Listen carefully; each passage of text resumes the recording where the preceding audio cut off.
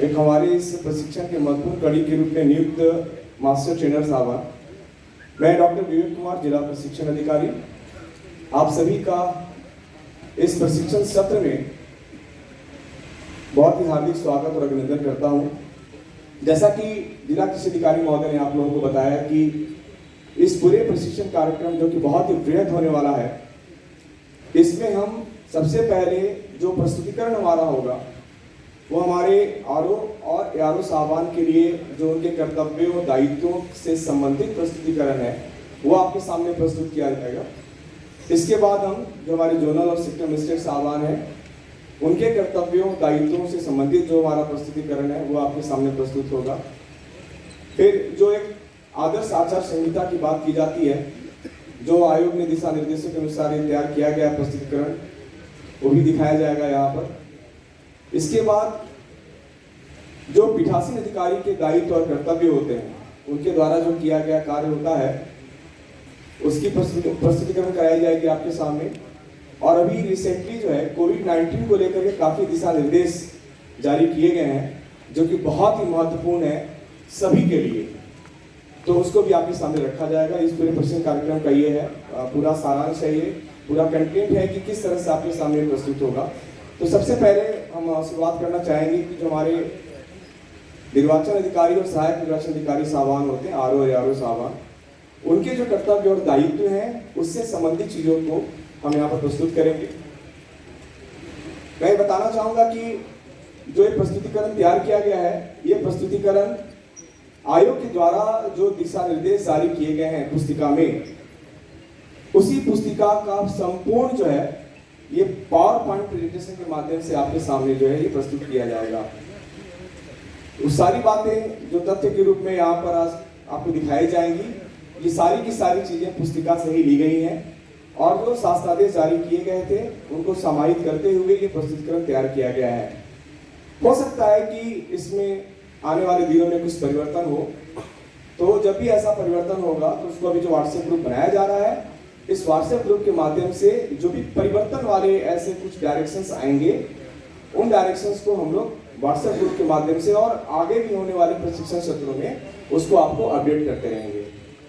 शुरुआत करते हैं इस पूरे निर्वाचन प्रक्रिया की जो हायरार्की है उसको लेकर के।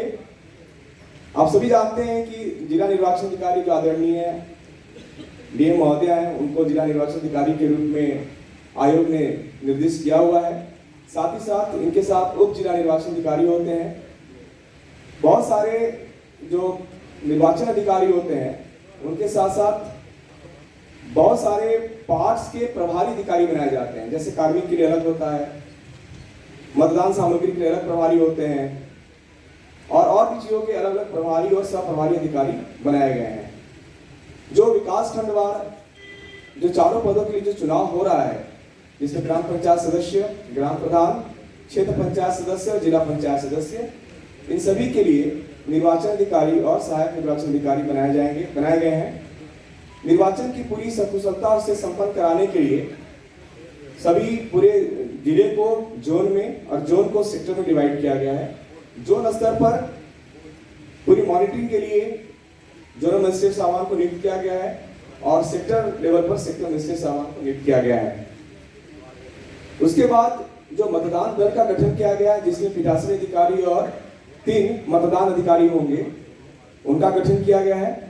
और चुनाव की समाप्ति पर मतगणना कार्मिकों का भी फिर से गठन किया जाएगा, तो इसकी बात बाद में करेंगे हम लोग। ये एक पिक्चोरियल रिप्रेजेंटेशन है कि किसी भी एक जहां पर आरओ एआरओ साहबान का पूरा जो एक नेटवर्क होता है कैसे आपस में इंटरलिंक्ड है, उसको आप समझिए। इसको समझना बहुत ही जरूरी होता है क्योंकि निर्वाचन अधिकारी सबसे सेंट्रलाइज व्यक्ति होते हैं। उनके डायरेक्ट निर्देशन में एआरओ साहब तो काम करते ही हैं, साथ ही साथ आरओ साहब का ये पूरा दायित्व होता है कि संबंधित जोनल मजिस्ट्रेट और सेक्टर मजिस्ट्रेट और पोलिंग पार्टी, ये सबके साथ समन्वय बना करके जो भी कर्तव्य और दायित्व निहित किए गए हैं राज्य निर्वाचन आयोग के द्वारा, ये उसको जो है अपने दायित्व का पूरा अच्छी तरह से उसका निर्वहन करेंगे। ये 5 सूत्र हैं जो हमें से हर व्यक्ति को जो इस निर्वाचन से जुड़ा हुआ है, हर व्यक्ति को, जिसमें सभी आते हैं, इसका पालन करना चाहिए। हम सभी जानते हैं कि हम आज यहाँ जो उपस्थित हुए हैं, ये शायद प्रशासन का सबसे महत्वपूर्ण कार्यों में से आता है। जिस लोकतंत्र की स्थापना के लिए ये निर्वाचन कराए जाते हैं, उसके इन 5 सूत्रों का पालन करना हर निर्वाचन में जुड़े हुए अधिकारियों और कार्मिकों के लिए बहुत ही ज्यादा जरूरी है। क्योंकि किसी भी दृष्टिकोण से यदि इन 5 सूत्रों का पालन नहीं किया जाता है, तो जो निर्वाचन की जो एक शुचिता है वो बिगड़ती है, और इसके कारण पूरा का पूरा निर्वाचन ही प्रभावित होता है। और जिससे कि हम कहते हैं कि लोकतंत्र की स्थापना के लिए, तो आप सभी जानते हैं कि ये जो ग्राम पंचायतों का जो त्रिस्तरीय पंचायत का जो व्यवस्था की गई है, जब भी 73 और 74 जब अमेंडमेंट हुआ था, उसमें ये जो पंचायती राज स्वशासन है, ये दूसरे शासन से डिफरेंट है, सबको पता है। यहाँ पर स्वशासन की बात है, यहाँ पर जो डेमोक्रेटिक सिस्टम है वो ज्यादा डिसेंट्रलाइज हो जाता है। और इस स्वशासन में ये जो लोकतंत्र स्थापित हो रहा है, ये मजबूत तभी होगा जब चुनाव की प्रक्रिया जो है वो बहुत ही सही तरीके से हो। इसलिए इन 5 सूत्रों का पालन करना बहुत ही ज्यादा जरूरी है। पहला है निष्पक्षता। जैसा कि हमने कहा कि 5 सूत्र वो हमने से जुड़े हुए हर व्यक्ति के लिए जरूरी है, चाहे वो हमारे आरओ साहब हो, सेक्टर जोनल मजिस्ट्रेट साहबान हो, हमारे मास्टर ट्रेनर हो, हमारे मतदान दल के सदस्य हो, इन सभी के लिए निष्पक्षता, कर्तव्य निष्ठा, पारदर्शिता, शुचिता और समयबद्धता, इसका पूरा पालन करना बहुत ही आवश्यक होता है। अगर इस 5 में से कहीं भी कोई लापरवाही अगर होती है, तो पूरा का पूरा चुनाव ही जो है वो प्रभावित होता है। उदाहरण के तौर पर, अगर आप समयबद्ध नहीं है, समय से अगर आपने मतदान शुरू नहीं किया, तो एक अव्यवस्था क्रिएट होती है इससे। या आपने समय पूरी होने से पहले 5 बजे से पहले ही मतदान को समाप्त कर दिया और मतपेटी को सील कर दिया, तब भी दिक्कत है। अगर आपने चुनाव मतदान की प्रक्रिया या निर्वाचन की प्रक्रिया में जहां पर नाम निर्देशन पत्र प्राप्त करने होते हैं, उनकी जांच करने की बात होती है, निर्वाचन से लड़ने वाले जो हमारे उम्मीदवार होते हैं उनकी सूची जारी करने की बात होती है, अगर किसी भी स्तर पर हमने पारदर्शी व्यवस्था नहीं रखी और अपने कर्तव्यों का पालन कर्तव्यनिष्ठ होकर के अगर हमने नहीं किया, तो यह चुनाव बहुत ही प्रभावित होगा। और हम सभी जानते हैं कि ये चुनाव की पूरी प्रक्रिया जो है कुछ अधिनियम के आधार पर होती है, और कहीं भी ऐसी कुछ बात होती है जिसमें सजा का भी प्रावधान होता है। इसलिए हम लोगों को पूरी तरह अनुशासित होकर के इन 5 सूत्रों का पालन जो है करना चाहिए। मैं आगे बढ़ता हूं।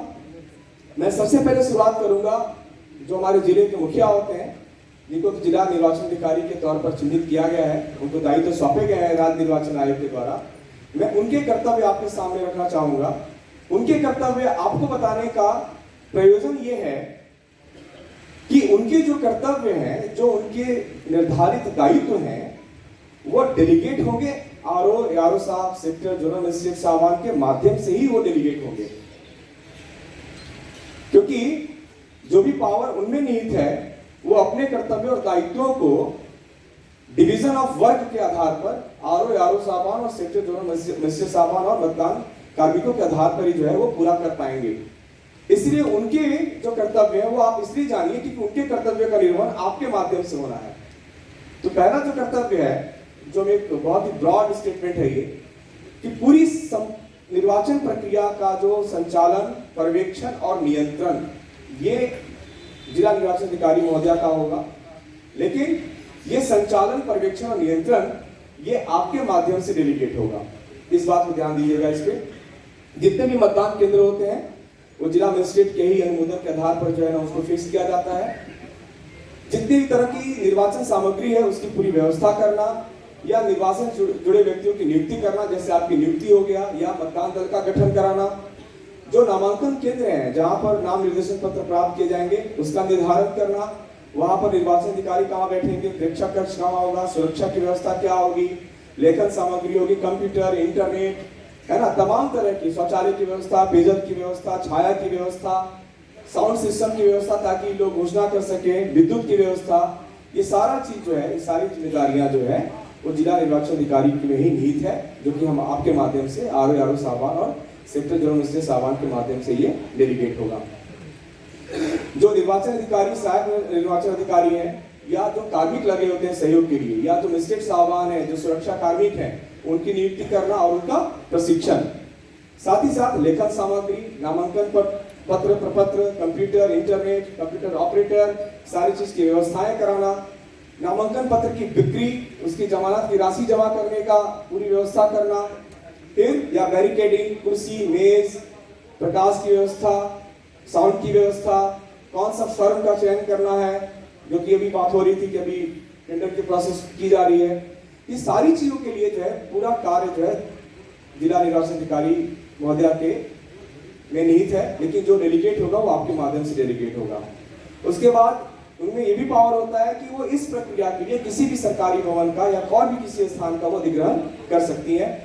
वीडियोग्राफी की व्यवस्था करना, विद्युत की व्यवस्था करना, और जो सूचनाएं होती हैं वो आयोग की वेबसाइट पर उसको फीड कराना, साथ ही साथ ऑनलाइन तरीके से मतदेय स्थलवार मतगणना से संबंधित जो भी वार्ड संख्या है, निर्वाचन लड़ने वाले उम्मीदवारों की संख्या है, चुनाव चिन्ह किसको आवंटित किया गया है, ये सारी चीजें जो है इसका पूरी तरह से पूर्व से तैयारी कर लेना, ये उनके दायित्व में आता है। ये मतलब जो हमारे कैंडिडेट होते हैं या उनके जो एजेंट होते हैं उनको पास जारी करना, उनका आईडी कार्ड जारी करना, मतदान केंद्र पर साफ सफाई की व्यवस्था, फॉगिंग की व्यवस्था, ये सारी व्यवस्थाएं करना जो है ये भी उनमें निहित है। ये स्ट्रॉन्ग रूम का निर्धारण करना और मतदान केंद्र और मतदेय स्थल। यहाँ पर मैं एक चीज बताना चाहता हूँ कि मतदान केंद्र और मतदान स्थल वो दोनों अलग अलग चीज होती है। जैसे आमतौर पे जो मतदान केंद्र बनाए जाते हैं वो कि विद्यालय होता है, उदाहरण के तौर पर मान लेते हैं इसको, तो ये हो सकता है कि एक मतदान केंद्र पर एक से ज्यादा मतदान स्थल हो, मतलब एक मतदान केंद्र पर 2 मतदान स्थल भी हो सकते हैं, 3 भी हो सकते हैं, 4 भी हो सकते हैं, वहां के स्पेस के आधार पर। इसीलिए मतदान केंद्र एक होगा लेकिन मतदान स्थल जो है वो अलग अलग हो सकते हैं। तो ये कंफ्यूजन नहीं होना चाहिए कि मतदान केंद्र और मतदान स्थल एक ही है। पैकेट की व्यवस्था करना, स्ट्रॉन्ग रूम बता ही दिया हमने आपको। यातायात जो कम्युनिकेशन होगा उसकी व्यवस्था करना, ट्रांसपोर्टेशन की व्यवस्था करना, स्वतंत्र और निष्पक्ष और शांतिपूर्ण मतदान के लिए पूरी तरह से व्यवस्थाएं कराना, मजिस्ट्रेटों की तैनाती कराना, पुलिस व्यवस्था को सुनिश्चित करना, ये पूरा वृहद कार्य जो होता है ये जिला निर्वाचन अधिकारी महोदया में जो है वो निहित है। साथ ही साथ आचार संहिता का अनुपालन कराना, इसका प्रस्तुतिकरण भी आपके सामने प्रस्तुत किया जाएगा। और जो भी सूचना होती है मतदान से संबंधित उसकी सूचना राज्य निर्वाचन आयोग को उपलब्ध कराते रहना, ये सारी चीजें जो है वो अपनी देख रेख में कराना और भ्रमण के साथ इसको सुनिश्चित करना जिला निर्वाचन अधिकारी महोदया का ये दायित्व है, उसमें निहित है, जो राज्य निर्वाचन आयोग ने इसको फिक्स किया है। अब आ जाते हैं जो हमारे आरओ सामान और एआरओ सामान है, उनके क्या कर्तव्य और दायित्व हैं, ये आपके लिए इंपॉर्टेंट है। मैं इसको बताने से पुनः ये रिपीट कर दूं इस बात को कि जो अभी हमने आपको बताया, जो जिला निर्वाचन अधिकारी के जो कर्तव्य और दायित्व होते हैं वो आपके माध्यम से, सारी चीजें जो है आपके माध्यम से ही डिसेंट्रलाइज तरीके से जो है डेलीगेट की जाएंगी और कराई जाएंगी। अब आते हैं इस बात पे कि निर्वाचन अधिकारी और सहायक निर्वाचन अधिकारी के क्या कर्तव्य दायित्व हैं। राज्य निर्वाचन आयोग द्वारा निर्धारित समय सारणी के अनुसार निर्वाचन प्रक्रिया की सूचना और प्रचार सार्वजनिक स्तर पर प्रदर्शित करना। जैसे ही राज्य निर्वाचन आयोग जो है वो अपनी अधिसूचना जारी करते हैं, उस दिन से जो है वो आरओ सामान या आरओ सामान के माध्यम से सूचनाएं जो है प्रदर्शित की जाती है। जो प्रक्रिया निर्धारित की गई है राज्य निर्वाचन आयोग के द्वारा, उस प्रक्रिया का ही पालन करते हुए जो उम्मीदवारों से नाम निर्देशन पत्र हैं उनको प्राप्त करना, जमानत की राशि को जमा कराना, उन निर्देशन जो नाम निर्देशन पत्र हैं उनकी पूरी स्क्रूटनी करना, पूरी परीक्षण करना। अगर किसी निर्देशन पत्र को निरस्त करने के लिए निरस्त किया जा रहा है तो उसके पूरे कारणों को उसको संक्षेप में व्याख्या करते हुए उसको निरस्त करना। साथ ही साथ जो लड़ने वाले हमारे उम्मीदवार हैं उनकी सूची तैयार करना, ये सारा चीज जो है ये उनके दायित्व में आता है।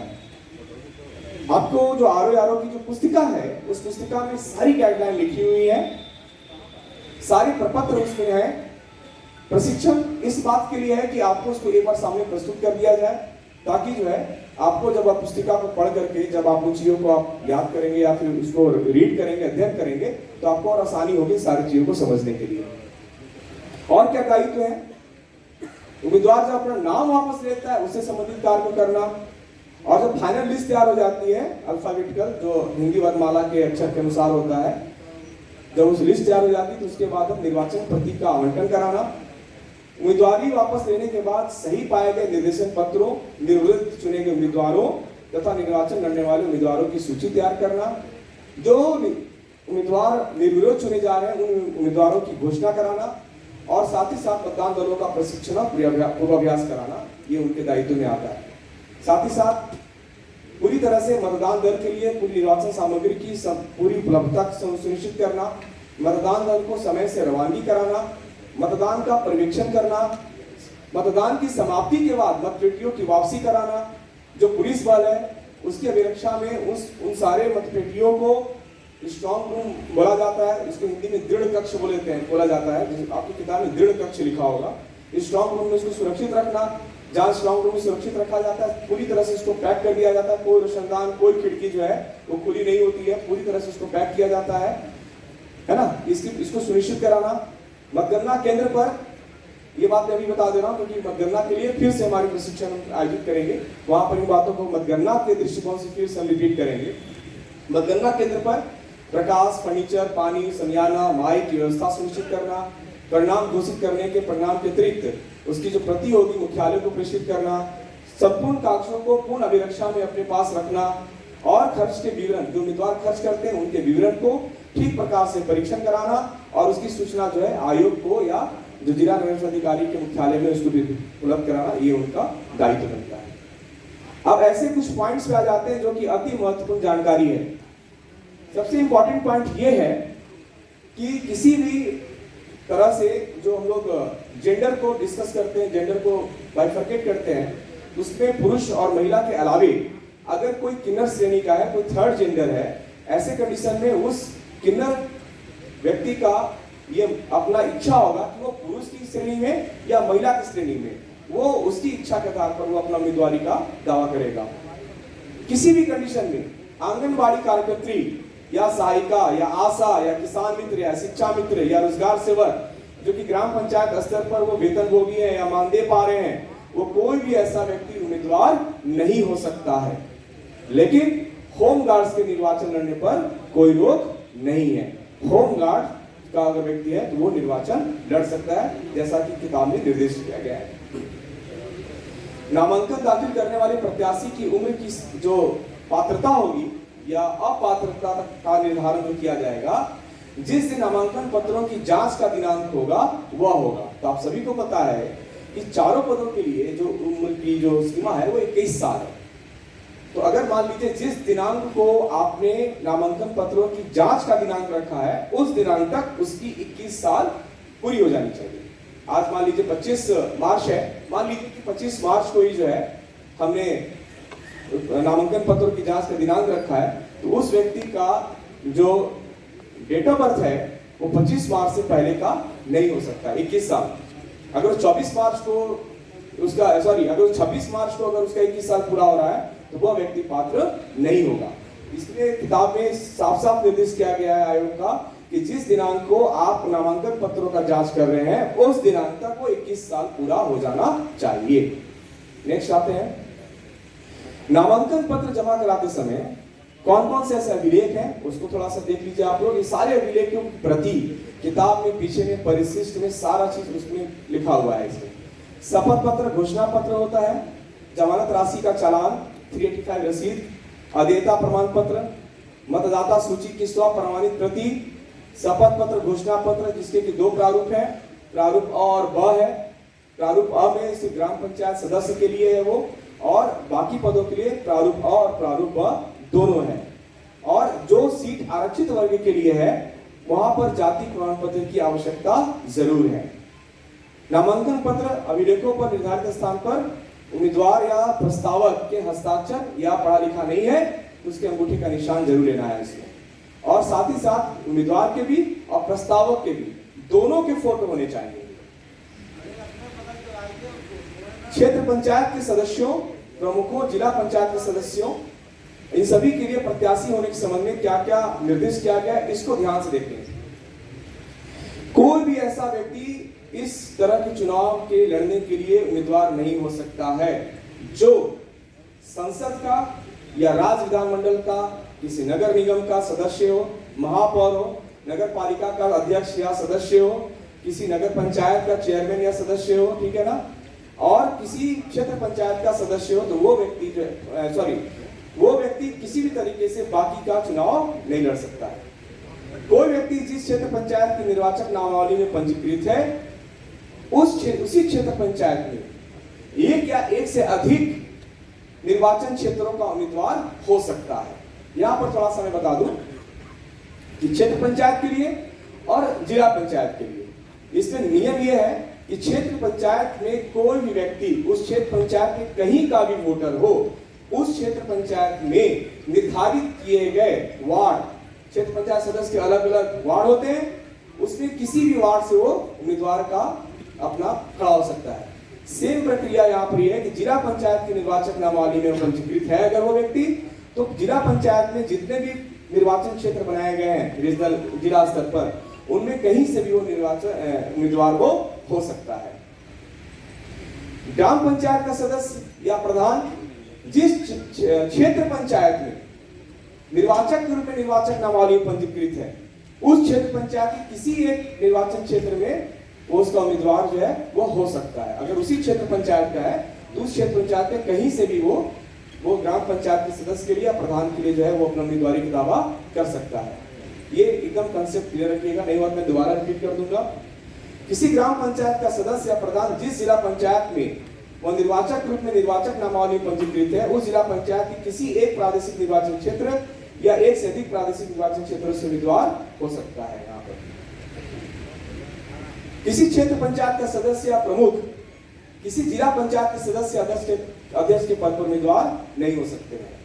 कहने का मतलब है कि कोई भी अगर क्षेत्र पंचायत का सदस्य या प्रमुख है तो किसी जिला पंचायत के सदस्य अध्यक्ष के पद पर उम्मीदवार नहीं हो सकते, मतलब कोई भी कहीं का भी उम्मीदवार नहीं हो सकता है। किसी जिला पंचायत का सदस्य या प्रमुख किसी क्षेत्र पंचायत के सदस्य रिपीट हो गया नहीं, यहाँ जिला पंचायत के लिए भी यही रूल लागू होता है जो कि क्षेत्र पंचायत के लिए है। फिर संसद के लिए, राज्य विधानमंडल के सदस्य के लिए यहाँ भी यही है कि किसी और साथ साथ सहकारी समिति का भी कोई अध्यक्ष हो उपाध्यक्ष हो, वो किसी ग्राम पंचायत के पद पर उम्मीदवार नहीं हो सकता है। और इसके संबंध में पात्रता और अपात्रता की जो पूरे प्रावधान है ये उसमें नियमावली में आपकी पुस्तिका में साफ साफ इसका वर्णन किया हुआ है। प्रत्याशी जिस वार्ड या क्षेत्र से नामांकन कर रहा है, प्रस्तावक भी उसी वार्ड या क्षेत्र का मतदाता होगा। किसी भी पद के लिए जो प्रत्याशी है जहां से वो नामांकन कर रहा है, तो प्रस्तावक भी उसी वार्ड या क्षेत्र का मतदाता होगा, उससे बाहर का प्रस्तावक नहीं होगा। साथ ही साथ किसी भी व्यक्ति को अगर अपराध में 2 वर्ष का या उससे अधिक का कारावास हुआ हो और कारावास की सजा व्यतीत करने के उपरांत 6 वर्ष की समाप्ति अवधि समाप्त नहीं हुई हो, वो चुनाव लड़ने हेतु अपात्र होगा, पात्र नहीं होगा, अपात्र होगा। आरक्षित और अनारक्षित श्रेणी में जन्मी महिला और पुरुष के लिए कंडीशन बताया गया है इसमें। अगर महिला अनारक्षित वर्ग में जन्म ली है तो वो अनारक्षित वर्ग से ही लड़ेगी, अनरिजर्व से ही लड़ेगी। अगर उसका आरक्षित वर्ग के पुरुष से शादी होता है तभी इस कंडीशन में वो अनारक्षित महिला जो होगी वो अनारक्षित श्रेणी से ही उम्मीदवार के लिए अपना दावा करेगी। ऐसा नहीं होगा कि वो अनरिजर्व कैटेगरी में है और किसी रिजर्व कैटेगरी के व्यक्ति से उसने शादी किया हो तो रिजर्व कैटेगरी पर अपना उम्मीदवारी दावा करने के लिए वो पात्र हो जाएगी, ऐसा नहीं है, उसको इसका लाभ प्राप्त नहीं होगा। चाहे इस कंडीशन में कोई गोद भी कोई न लिया हो, कोई अनारक्षित वर्ग का बच्चा हो और किसी आरक्षित वर्ग में किसी ने उसको गोद भी लिया हो, तभी जो है वो बड़े होने पर जब 21 साल पूरा हो जाएगा तभी वो उम्मीदवार जो है वो आरक्षित श्रेणी में अपनी उम्मीदवारी जो है वो दावा नहीं कर सकता है। इसी प्रकार अनारक्षित वर्ग का अगर पुरुष है ना, तो उसके लिए भी जो है यही सिस्टम लागू होगा, यही नियम लागू होगा। इसमें एक बात इसमें आता है कि आयु संबंधी विवाद के लिए जो आयोग का निर्देश है उसमें ये लिखा गया है कि शैक्षिक प्रमाण पत्र विश्वसनीय अभिलेख है। जैसे कि आप सभी जानते हैं कि 10वीं में हाई स्कूल का जो पास है उसका जो प्रमाण पत्र है वो विश्वसनीय अभिलेख माना जाता है। लेकिन अगर वो पढ़ा लिखा नहीं है तो तब उस केस में जन्म और मृत्यु का जो पंजीकरण रजिस्टर है उसकी प्रमाणित छायाप्रति जो है वो विश्वसनीय मानी गई है। आधार पर लिखा जन्म तिथि, पैन कार्ड पर और फोटो पहचान पत्र को विश्वसनीय प्रमाण पत्र नहीं माना जाता है। अब यहाँ पर कंडीशन ये उठती है कि अगर उसका जन्म मृत्यु पंजीकरण रजिस्टर पे भी नाम ना हो और निरक्षर भी हो, तब उस कंडीशन में क्या किया जाए। तो इसके लिए अभी कोई निर्देश प्राप्त नहीं हुआ है। ऐसा कोई निर्देश जैसे ही कुछ आएगा तो उसको आपको फर्दर प्रशिक्षण में आपको बताया जाएगा। इसमें यह है कि यदि किसी प्रत्याशी द्वारा नामांकन में लगने वाले अभिलेख कम लगाए गए हैं या निर्वाचन अधिकारी या यारो साहबान को लगाए गए अभिलेख से संतुष्ट नहीं है, तो जांच की तिथि तक आरओ साहब और यारो साहब को वह उम्मीदवार अपना अभिलेख प्रस्तुत कर सकता है। हो सकता है कि जब उसने दिया हो तो कोई एक आध पेपर छूट गया हो, तो एक आध एफिडेविट छूट गया हो, तो एक आध प्रपत्र छूट गया हो, जो प्रपत्र अ की बात कर रहे थे हम लोग और भी संलग्न की बात कर रहे थे, तो उसमें से अगर छूट गया हो और वो जांच की तिथि दे देता है तो वो मान्य होगा, जांच की तिथि के बाद देता है तो वो मान्य नहीं होगा।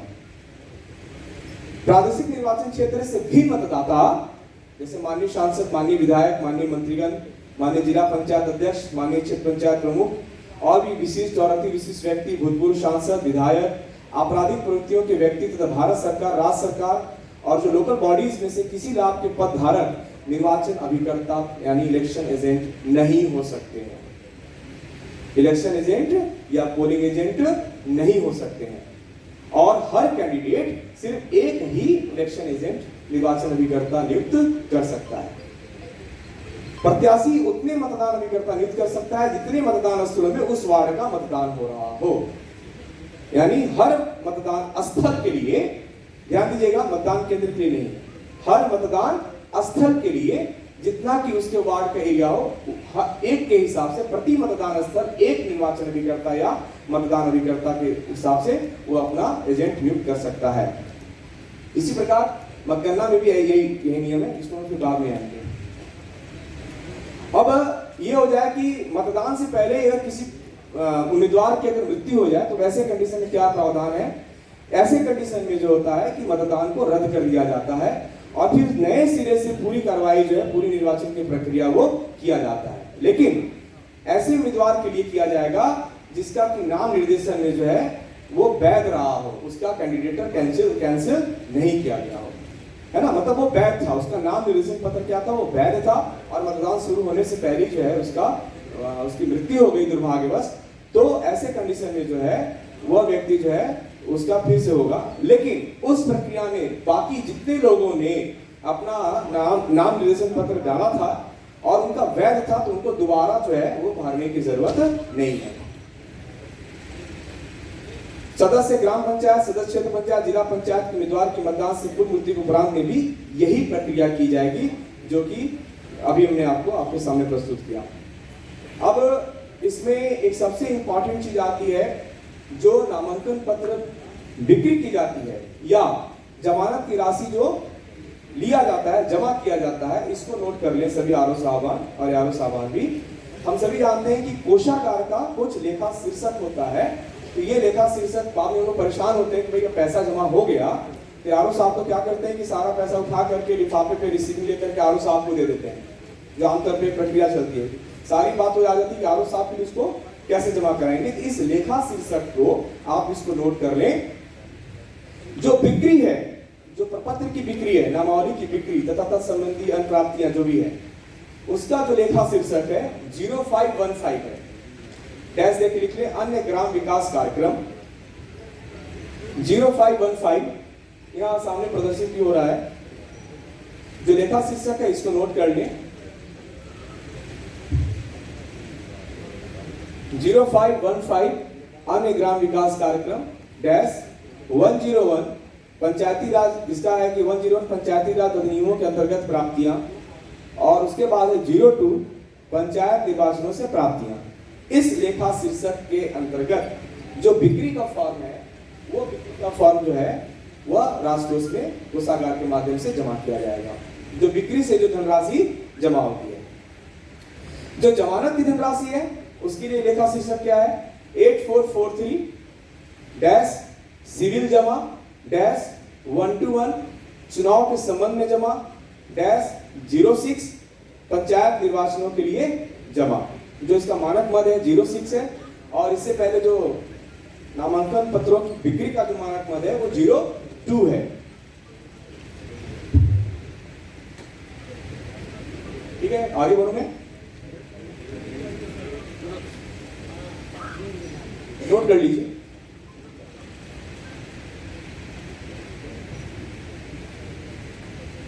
उसी प्रकार जमानत की धनराशि जब वापस किया जाता है तो जिस लेखा शीर्षक में 8443121006 में जो जमा किया गया है उसी लेखा शीर्षक से जमानत की धनराशि वापस किया जाएगा। और जमानत की धनराशि जब जब्त की जाती है तो उसके लिए फिर लेखा शीर्षक जो होगा वो फिर बदल जाता है। उसके लिए 00 जो है 0070 अन्य प्रशासनिक सेवाएं, 02 चुनाव, 104 शुल्क, अर्थदंड और संपहरण। संपहरित का मतलब होता है, संपहरण का मतलब होता है उसका जब्त कर लेना। 04 जमानत की जमाओं, सिक्योरिटी डिपॉजिट की जब्त की गई धनराशि, इस मद में जो है इसको जमा कर दिया जाता है जो जमानत की राशि जब्त हुई है।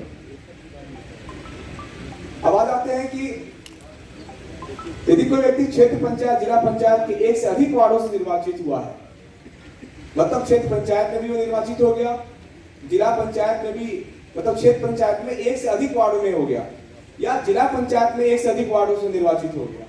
कंडीशन समझिएगा यहाँ पर, मतलब क्षेत्र पंचायत की लड़ा था और वो एक से अधिक वार्डों के लिए नामांकन भरा था और एक से अधिक वार्डों में जीत गया, या जिला पंचायत के लिए उसने अपनी उम्मीदवारी पेश की थी और एक से अधिक वार्डों में वो अपनी विजयी घोषित हुआ, तो इसमें वही व्यक्ति किसी एक वार्ड का चयन करेगा, बाकी वार्डों को फिर रिक्त समझा जाएगा।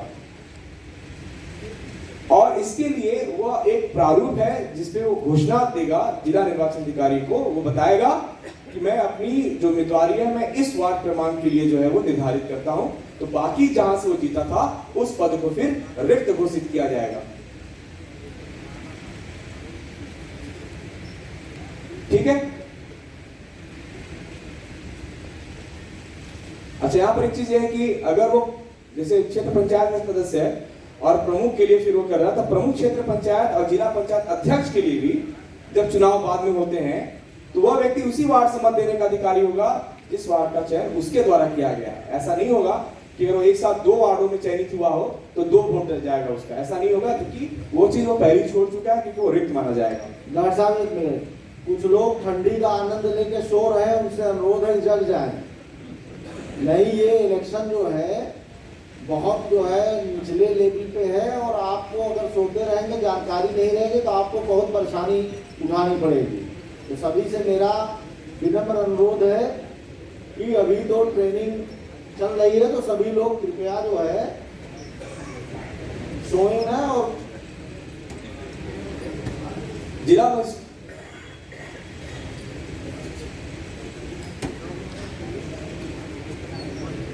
हमारे बीच में परम आदरणीय मुख्य विकास अधिकारी महोदय की गरिमामयी उपस्थिति हो चुकी है। सर, आपका बहुत ही हार्दिक स्वागत है इस प्रस्तुति सत्र में।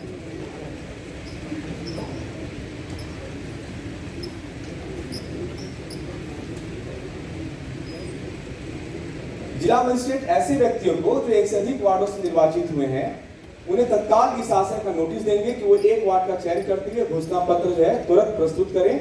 अन्यथा जो है जिला मजिस्ट्रेट के पास पूरी पावर है, अगर वो प्रस्तुत नहीं करते हैं तो वो अपने निर्णय से, अपने विवेक से जो है किसी एक वार्ड को चयनित कर लेंगे, बाकी पदों को जो है वो रिक्त घोषित करेंगे। यदि कोई व्यक्ति इस निर्वाचन में क्षेत्र पंचायत सदस्य के लिए भी और जिला पंचायत सदस्य के लिए भी दोनों के लिए निर्वाचित होता है तो बाय डिफॉल्ट जो है वो जिला पंचायत सदस्य का माना जाएगा और क्षेत्र पंचायत का पद जो है वो स्वतः रिक्त होगा।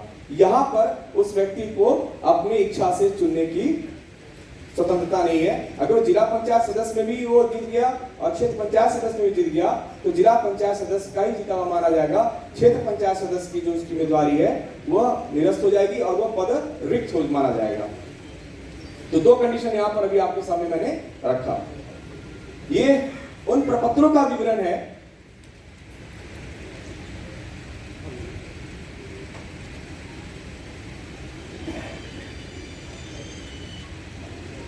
जैसा कि हमने आपको अवगत कराया कि हमारे बीच में परमादरणीय मुख्य विकास अधिकारी महोदय की उपस्थिति हो गई है और सर से मैं बहुत सम्मानपूर्वक अनुरोध करना चाहूंगा कि इस प्रश्न सत्र को सर दीप जला करके सर आपके कर कमरों से शुभारंभ करने का सर कृपा करें सर।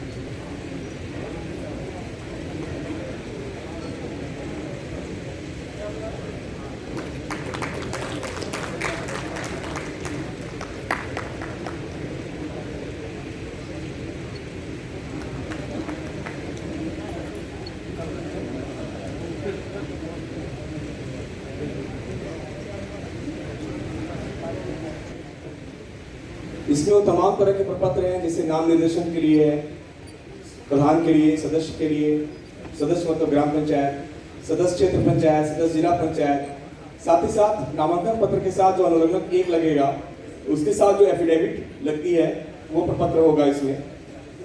ऐसे तमाम तरह की जो घोषणाओं के पत्र होते हैं, जो घोषणा अ होती है, ब होती है, और साथ साथ जो जाति प्रमाण पत्र की पुष्टि के लिए घोषणा होती है, नाम निर्देशन सूचना का प्रपत्र क्या होगा, कितने लोगों का ऐसे उम्मीदवारों की सूची प्राप्त हुई, उसमें से कितने लोगों ने वापस लिया, फिर निर्वाचन लड़ने वाले उम्मीदवारों की सूची कौन सी थी, है ना, निर्विरोध जो उम्मीदवार घोषित किए गए हैं उनकी सूची होगी, फिर निर्वाचन अभिकर्ता की जो नियुक्ति कराई जाती है उसके लिए है।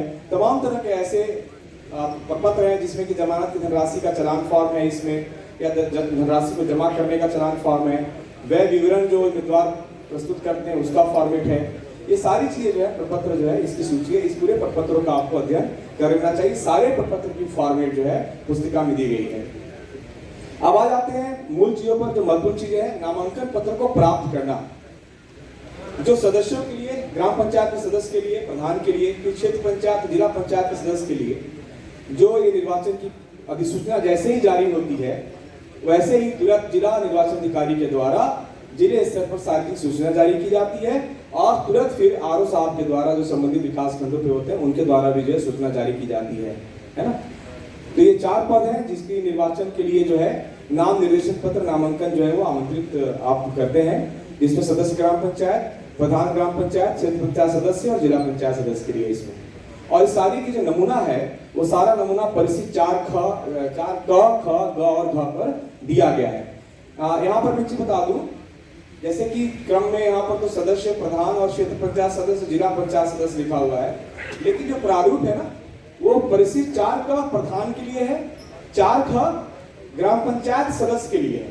इसे थोड़ा सा यहाँ पर इन्वर्ट किया हुआ है, और 4 ग जो है वो क्षेत्र पंचायत सदस्य के लिए है, और 4 घ जो है वो जिला पंचायत सदस्य के लिए है। और उस प्रारूप पर लिखा हुआ भी है 4 क प्रधान के लिए, ग्राम प्रधान, 4 ख जो है वो ग्राम पंचायत सदस्य के लिए है। ये थोड़ा उसमें प्रारूप पे लिखा भी रहता है, इसलिए आपको कोई कंफ्यूजन नहीं होगा।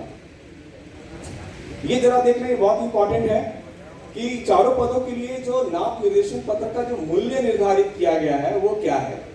जैसे सदस्य ग्राम पंचायत, प्रधान, क्षेत्र पंचायत सदस्य, जिला पंचायत सदस्य के लिए क्रमशः देखिए 150, 300, 300 और 500 रुपए हैं। किसके लिए? अनारक्षित श्रेणी के लिए। टॉप टू बॉटम देखिएगा, लेकिन आरक्षित श्रेणी के लिए 50% का वो कम किया हुआ है, यानी 150 का 75, फिर उसी तरह से 150, 150 और 250 रुपीज है। तो ये ध्यान में रखिएगा।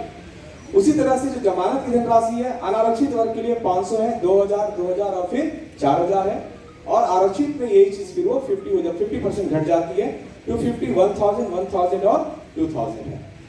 जो अधिकतम व्यय की सीमा निर्धारित की गई है ये अनारक्षित और आरक्षित दोनों के लिए समान है। सदस्य ग्राम पंचायत के लिए 10,000, ग्राम पंचायत के प्रधानों के लिए 75,000, क्षेत्र पंचायत सदस्य के लिए भी 75,000 ही है, और जिला पंचायत सदस्य के लिए जो है ये 1,50,000 है। यहाँ पर आरक्षित और अनारक्षित के लिए कोई अलग यहाँ डिवीजन नहीं किया गया है। नाम निर्देशन पत्र को प्राप्त करना, जिला पंचायत सदस्य पद के नामांकन पत्रों की बिक्री हेतु जिला मुख्यालय पर काउंटर खुलेंगे, और विकास खंड मुख्यालय पर अन्य जो पद हैं क्षेत्र पंचायत सदस्य, ग्राम प्रधान और ग्राम पंचायत सदस्य के लिए वो विकास खंडों पर उनके काउंटर खुलेंगे। कम से कम एक काउंटर अवश्य स्थापित किया जाए हर पद के लिए। जो भी काउंटर खुलेंगे नामांकन पत्र की बिक्री के लिए कम से कम एक हो, और बहुत ज्यादा अगर भीड़ होती है तो एक से अधिक काउंटर भी बनाए जाएंगे। सभी जितने भी प्रबंध की व्यवस्था की जरूरत है, फर्नीचर की व्यवस्था, कार्मिकों की व्यवस्था, ये सभी कुछ जो है विकास खंड स्तर पर होना है तो वहाँ पर वीडियो साहबान के माध्यम से होगा, और जिला स्तर पर जो है एमए साहब होते हैं जिला पंचायत के, उनके माध्यम से ये किया जाएगा। जो विभिन्न पदों के लिए जो मुद्रित कराए जाने वाले नामांकन पत्र हैं आरक्षित श्रेणी के लिए, अनारक्षित श्रेणी के लिए, वो सफेद रंग के कागज पे होगा, और उन कागजों पर क्रम संख्या और उसका मूल्य भी मुद्रित होगा। नामांकन पत्रों के लिए यारो साहबान के साथ साथ जो विकास खंड स्तर और जिला पंचायत कार्यालय स्तर पर संबंधित अधिकारी एक स्टॉक रजिस्टर बनाएंगे। ये बहुत इंपॉर्टेंट है। आपको जितने भी यारो साहबान है एक स्टॉक रजिस्टर बनाया जाएगा और एक ही रजिस्टर में विभिन्न पदों के लिए पेज निर्धारित किए जाएंगे। एक ही रजिस्टर में विभिन्न पदों के लिए पेज जो है करेंगे और इसका जो है ये आपको प्रारूप यहाँ पर दिया गया है। आप इस प्रारूप पे ध्यान से देखिए। बाएं साइड में प्राप्ति का विवरण है और दाहिने साइड में जो है वो वितरण का विवरण है। ये परिशिष्ट 2 पर एनेक्सर 2 पर ये सारा जो है ये उस रजिस्टर का क्या प्रारूप होगा ये प्रारूप जो है वो दिया हुआ है। आपको इसी प्रारूप पर यारो सामान को इसी प्रारूप पर ये सारा विवरण लिखा जाना है। इसके जो विक्रय के लिए काउंटर बनाए गए हैं उसमें जो कर्मचारी अधिकारी जो है नामांकन पत्र अपर मुख्य अधिकारी जिला पंचायत या वीडियो सामान के द्वारा उपलब्ध कराया जाएगा और परिशिष्ट 3 पर उसकी बिक्री रजिस्टर तैयार की जाएगी। ये है परिशिष्ट 3, मतलब कि कौन सा नामांकन पत्र किसको दिया गया है, किस पद के लिए दिया गया है, आरक्षित के लिए दिया गया है, अनारक्षित के लिए दिया गया है, धनराशि कितना प्राप्त किया गया है, उसके हस्ताक्षर, अंगूठे का निशान, हाँ, विक्रेता के हस्ताक्षर होंगे यानी संबंधित जो यारो सामान होंगे उनके हस्ताक्षर होंगे, किस तिथि को दिया गया है ना, वितरित किया गया, ये सारा डिटेल जो है ना, ये चीज आपको इस परिशिष्ट 3 पर, परिशिष्ट 2 पर आपको पूरा स्टॉक रखना है ना, स्टॉक रजिस्टर होगा। परिशिष्ट 3 पर उसका बिक्री का पूरा विवरण डालना है इसमें, ठीक है। जो बिक्री का समय समाप्त होने के बाद जो नामांकन पत्रों को या अवशेष जो नामांकन पत्र है उसका जो धनराशि है उसका पूरा लेखा जोखा भी तैयार किया जाएगा और वीडियो साहबान के माध्यम से और एमए साहब के माध्यम से वो अभी जो लेखा शीर्षक की हमने चर्चा की प्रत्येक दिन के आधार पर वो जमा कराया जाएगा। जो आदेश है, जो निर्देश है आयोग का, प्रत्येक दिवस निर्धारित लेखा शीर्षक में जमा कराया जाएगा। आमतौर पर होता क्या है कि जब पूरा समाप्त हो जाता है तब ये जाकर के एक साथ जमा करते हैं, लेकिन जो आयोग का निर्देश है प्रत्येक दिवस पर है। और ये जो धनराशि प्राप्त होती है वही इसका रजिस्टर है परिशिष्ट 4। जो बिक्री से प्राप्त धनराशि हुआ उसका जो विवरण डालना है वो परिशिष्ट 4 पे है ना। ये पूरा उसका विवरण है जिसमें कि किस दिनांक को कोषागार की रसीद 385 का क्रमांक था और उससे कितनी धनराशि प्राप्त की गई और किस अधिकारी कर्मचारी से धनराशि प्राप्त की गई, कुल योग कितना हुआ और संबंधित वीडियो साहबान का चाहे एमए साहब का उस पर हस्ताक्षर होगा। नेक्स्ट बढ़ते हैं। किसी प्रकार की अगर कोई शिकायत प्राप्त होती है तो संबंधित विकास खंड के लिए नियुक्त जो अधिकारी होते हैं उन शिकायतों का निराकरण और आवश्यक कार्रवाई वो करेंगे। ये उनका पूरा दायित्व है। और जिस पद के लिए, जिस श्रेणी के लिए जो निर्धारित मूल्य है उसी मूल्य का जो है उसी मूल्य पर जो है नामांकन पत्र का भुगतान कराना है और उनको नामांकन पत्र की बिक्री की जानी है। और जैसा कि हमने बताया कि संबंधित जो कोषागार की लेखा शीर्षक है उसमें जमा कराना है या जो 385 की जो रसीद होती है ये उनके पास ये होना चाहिए चीज। परिशिष्ट 4 हमने आपको बता ही दिया कि परिशिष्ट 4 में आप जो है जो लेखा जोखा पूरा तैयार करेंगे, है ना। धनराशि जमा कराने के पश्चात 2 चालान होंगे जो नामांकन पत्रों की बिक्री से प्राप्त धनराशि के जो जमा करने के पश्चात आपको मिलेंगे। उसको 1 सप्ताह के अंदर संबंधित यारो साहबान को उसको उपलब्ध कराया जाएगा। इसमें जिला पंचायत स्तर पे भी इसी तरह की प्रक्रिया अपनाई जाएगी जैसा कि विकास खंड स्तर पर इस प्रक्रिया को किया गया है। यानी जो प्रक्रिया है वो समान है, बस अंतर यह है कि वो विकास खंड मुख्यालय पे होगा, ये जिला मुख्यालय पर ही होगा। एक इंपॉर्टेंट बात यह है कि जो भी नामांकन पत्रों की बिक्री से प्राप्त आय होता है उसका लेखा जोखा भी का ऑडिट चुनाव के 3 माह पश्चात राज्य निर्वाचन आयोग के द्वारा किसी नॉमिनेटेड एजेंसी के द्वारा कराया जाएगा। आमतौर पर जनरल से धारणा बनी रहती है कि चुनाव में आए गए बजटों का कोई ऑडिट नहीं होता, हालांकि तो इससे आप लोग बचिएगा, क्योंकि इसलिए कि कई बार ऐसा होता है कि जो नामांकन पत्रों की बिक्री से शुल्क प्राप्त होता है उसमें अगर कोई भिन्नता आती है तो वो एक परेशानी खड़ा हो सकती है। इसकी ऑडिट भी कराई जाएगी कि नामांकन पत्र कितने बिक्री हुए, कितना पैसा आया, कितना पैसा जमा कराया गया। ये इसको कहीं भी किसी भी स्तर पर आरओ और यारो सामान दोनों को इसको पूरी तरह से मॉनिटर करना चाहिए। इसमें नाम निरसन पत्र को प्राप्त जहां पर जिस स्थान पर कराया जाएगा उस जगह पर वोटर लिस्ट होगी। निर्वाचक नामावली होगी। जैसे जिला स्तर पर अगर है, जहाँ की जिला पंचायत के सदस्यों के लिए नामांकन का पत्र प्राप्त किया जाएगा, तो पूरे जिले के ग्राम पंचायतों की निर्वाचक नामावली वहां पर होगी। और विकास खंड स्तर पर क्या होगा, तो पूरे क्षेत्र पंचायत में जहां जहां का भी है उसकी निर्वाचक नामावली जो है पूरे विकास खंड की वहां पर उपलब्ध होनी चाहिए। ये क्लियर है। मतलब जो विकास खंड स्तर पर आरओ साहबान होंगे उनके पास पूरे ब्लॉक का जो वोटर लिस्ट होगा उनके पास मौजूद होगा, और जिला पंचायत सदस्य के लिए जो आरओ साहब होंगे तो उनके पास जो होगा वो पूरे जिले की जो वोटर लिस्ट उनके पास होगी। क्योंकि जो उम्मीदवार होता है वो स्वप्रमाणित जो है अपना वोटर लिस्ट का प्रति दिखाता है, और उसके प्रस्तावक भी जो होते हैं वो उसी वार्ड से होते हैं। तो इसीलिए ये लिस्ट इनके पास होता है कि ताकि वो मिलान कर सके कि जो ये प्रस्तुत कर रहे हैं वो हमारे पास मौजूद दस्तावेजों से मिलान हो पा रहे हैं कि नहीं।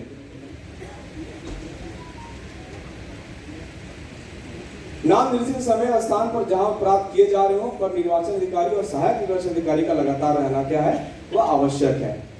एक इंपॉर्टेंट इसमें यह है कि जैसा कि हमने आपको बताया कि जो आरक्षित पद हैं उसके लिए जाति प्रमाण पत्र आरक्षित पदों के लिए ही जो है वो वहां पर रखे जाएंगे, और साथ ही इसका घोषणा पत्र भी दिया जाएगा। इसको बार बार रिपीट कर रहा हूं, घोषणा पत्र अ भी है, ब भी है। घोषणा पत्र अ जो है वो सिर्फ वार्ड पंचायत, जो ग्राम पंचायत के वार्ड मेंबर होते हैं उनके लिए है, लेकिन बाकी के लिए अ और ब जो है वो दोनों लगाना पड़ेगा। क्योंकि एक वो घोषणा करता है कि मैं इस ग्राम पंचायत के इस वार्ड का हूँ, लेकिन बाकी जो पद है उसके लिए तो ये नियम है कि उस क्षेत्र पंचायत के किसी भी वार्ड से वो खड़ा हो सकता है। तो इसका मतलब जब तक वो ये नहीं बताएगा कि उसी क्षेत्र पंचायत में और भी जो वार्ड है उसका सदस्य है, इसको प्रमाणित करने के लिए प्रारूप ब होता है। तो अ और ब जो है वो बाकी 3 पदों के लिए भरने पड़ते हैं, लेकिन प्रारूप अ जो होगा वो सिर्फ ग्राम पंचायत सदस्य के लिए होगा। इसको ध्यान दीजिएगा। उसमें एफिडेविट का भी प्रारूप है, वो एफिडेविट भी जमा लिया जाएगा जिसपे जो घोषणा करता है वो। ये भी हमने आपको बता दिया कि प्रारूप में शपथ पत्र भी होंगे और घोषणा पत्र प्रारूप अ लगाना होगा। यदि सदस्य ग्राम पंचायत का उम्मीदवार है तो केवल प्रारूप अ लगेगा। सभी पदों के लिए उम्र 21 साल है, ये आपको पता है। लेखा शीर्षक के बारे में हमने डिस्कस करी हुई आपसे। ये भी हो गया कि जितने भी फी जमा हो रहे हैं तुरंत जो है निर्वाचन अधिकारी और आरओ साहब के पास तत्काल जमा करा देंगे, जो भी इसके लिए राशि होगी, जो जमानत की राशि होगी। अगर एक से अधिक नॉमिनेशन आता है उस कंडीशन में जमानत राशि एक ही बार जमा करेगा। ऐसा नहीं कि अगर वो 4 नॉमिनेशन फॉर्म लेकर जमा कर रहा है तो आप उस जमानत राशि का 4 गुना आप उनसे जमा कराएंगे, ऐसा नहीं है। और ये भी प्रत्येक उम्मीदवार के लिए आवश्यक है कि समय समय पर जो निर्धारित जमानत राशि है वह आरओ साहब को वो जमा करा दे। जमा नहीं कराने की स्थिति में जो है उनका निरस्त माना जाता है। जो अभी मैंने बताया था कि जमानत की राशि जो है वो आरक्षित श्रेणी के लिए आधी होगी, ये भी हो चुका है यहाँ पर। अब आ जाइए कि नामांकन पत्र प्राप्त करने में क्या क्या ध्यान रखना है। तो सबसे पहला ध्यान ये रखना है कि उम्मीदवार को अपनी जो जहां पर की वोटर लिस्ट में उसका नाम है उसकी स्वप्रमाणित प्रति जो है उसको जो है देना है और नामांकन पत्र के साथ नथी करेगा। तो पहला संलग्न ये है कि अपनी वोटर लिस्ट की सिर्फ अटेस्टेड स्वप्रमाणित प्रति जो है वो नामांकन पत्र के साथ जो है वो नथी करेगा। सदस्य ग्राम पंचायत के मामले में ग्राम पंचायत की किसी वार्ड की मतदाता सूची में उसका नाम दर्ज होना चाहिए, और ग्राम प्रधान के मामले में संबंधित ग्राम पंचायत की किसी वार्ड की मतदाता सूची में नाम दर्ज होना चाहिए। क्षेत्र पंचायत सदस्य के मामले में किसी भी वार्ड की मतदाता सूची में नाम दर्ज होना चाहिए। उस क्षेत्र पंचायत में जितने वार्ड है किसी भी वार्ड में वो उसका नाम दर्ज होना चाहिए। सदस्य जिला पंचायत में ये है कि भाई उसी जिले में किसी भी वार्ड का वो मतदाता सूची में नाम दर्ज होना चाहिए। ये तो हो गया उम्मीदवारों के लिए। अब प्रस्तावक के लिए क्या है? प्रस्तावक के लिए देखिए क्या है। ग्राम पंचायत सदस्य के मामले में प्रस्तावक उसी वार्ड का मतदाता हो जिस वार्ड से उम्मीदवार अपना नामांकन पत्र दाखिल करेगा, अपनी उम्मीदवारी को क्लेम करेगा। ठीक है ना। ग्राम प्रधान के मामले में वह प्रस्तावक उसी ग्राम पंचायत का मतदाता होना चाहिए जिस ग्राम पंचायत से वह व्यक्ति जो है ग्राम प्रधान पद के लिए अपनी उम्मीदवारी के लिए नामांकन पत्र भर रहा है। क्षेत्र पंचायत सदस्य के मामले में क्या है कि जो प्रस्तावक होना चाहिए वो उसी वार्ड का मतदाता हो जिस वार्ड से उम्मीदवार जो है अपना नामांकन पत्र दाखिल कर रहा है। क्लियर है। और इसी यही नियम जिला पंचायत सदस्य के लिए भी है। मतलब जिला पंचायत सदस्य, क्षेत्र पंचायत सदस्य के लिए उम्मीदवार अगर किस वार्ड से हो प्रस्तावक भी उसी वार्ड का होना चाहिए। तो इसीलिए जो ब्लॉक स्तर पर पूरे विकास खंड की जो वोटर लिस्ट रहती है वो इसी चीज को मिलाने के लिए रहती है कि प्रस्तावक का वार्ड संख्या वही है जिस वार्ड संख्या के लिए क्षेत्र पंचायत सदस्य का व्यक्ति जो है वो नॉमिनेशन भर रहा है। और यही नियम भी ग्राम पंचायत सदस्य के लिए भी लागू होता है। किसी प्रत्याशी द्वारा एक से अधिक नाम निर्देशन पत्र किसी एक ही पद हेतु निर्वाचन के लिए प्रस्तुत किया गया हो, वहां उससे एक से अधिक जमानत या अन्य प्रमाण पत्र नहीं लिया जाएगा, उससे अपेक्षा आप नहीं करेंगे, है ना। और अगर निर्वाचन में डाले गए मतपत्रों के 20% जितने मतपत्र डाले गए उसका 20% तक मत यदि कोई उम्मीदवार नहीं प्राप्त करता है तो उसकी धनराशि जो है वो जब्त कर ली जाती है। 1/5 क्या हो गया, 20% हो गया। अगर 800 मत डाले गए और किसी भी मतदाता को उसका 1/5 कर लीजिए तो 800 का 20% 160 होता है। तो अगर 160 से भी कम उसका है तो उसकी जमानत की राशि जो है वो जब्त कर ली जाएगी। ये उसका नियम है। नाम निर्देशन पत्र जैसे ही प्रस्तुत किए जाए, जो अधिकारी उसको प्राप्त करता है उस पे क्रम संख्या हो, प्राप्त करने की तारीख हो और समय अंकित किया जाना चाहिए। यदि किसी अभ्यर्थी ने एक ही पद के लिए दूसरा या तीसरा या चौथा किया है तो आप उसके ऊपर लिख दीजिए। जैसे मान लीजिए किसी सूरज कुमार ने अपना नामांकन दाखिल किया और उसने 3 नामांकन पत्र किए, तो प्रथम, द्वितीय और तृतीय ये जरूर लिखिए उस पर। साथ ही साथ उसकी क्रम संख्या जरूर अंकित हो और जिस दिन वो जमा कर रहा है और समय, डेट और टाइम दोनों लिखिए, पूर्वाह्न अपराह्न के साथ। ऐसा नहीं कि आप कोई भी और लिखिए, पूर्वाह्न अपराह्न भी शब्द उसमें लिख दीजिएगा। अगर आरओ और यारो साहब से ये भी अपेक्षा है कि किसी प्रत्याशी या उसका प्रस्तावक का जो वोटर लिस्ट में क्रमांक है, अगर उसमें कोई लिपिकीय त्रुटि हुई हो तो वो उस समय उम्मीदवार को बताकर ठीक करवा दिया जाएगा। ऐसा नहीं कि चलो उसने किया हमें इससे क्या, इतनी छोटी मोटी चीज के लिए आपको उसको निरस्त नहीं करना, उसका सहयोग करना है।